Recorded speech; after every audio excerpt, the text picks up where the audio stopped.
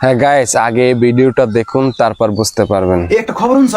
আঙ্গুর বিয়ের সময় যে গড়কটা আসছিল না, এই গড়কটা আজকে মরছে।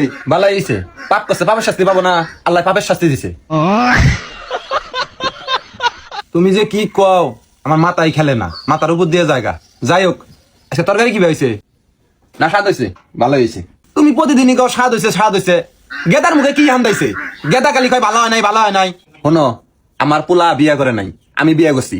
যদি তুই বিয়া করলো নি, উসুমকাই করলো নি স্বাদ হয়েছে। এখন বিয়া করে নাই, স্বাধীন আছে, কইতেছে স্বাদ হয় নাই। এই কথাটাই বুঝো না তুমি, সামান্য হিসাব। তুমি কি কও না কও, আমি কিন্তু বুঝলাম না বুঝার ভান করি, তাও কিছু কই না। থাক গে শুনো, আমার অত হেলা ফেলা কইরো না। তোমার তো বিয়ে হওয়ার আগে কত বুদ্ধিমান বুদ্ধিমান মানুষ আমাকে দেখ পারাইছিল, কইলি তো বিশ্বাসই করবা না। আমি বিশ্বাস করি তারা বুদ্ধিমান ছিল, তারা ভাগছে। আর আমি ব্যাক করলাম, আমি ফাইসা গেছি।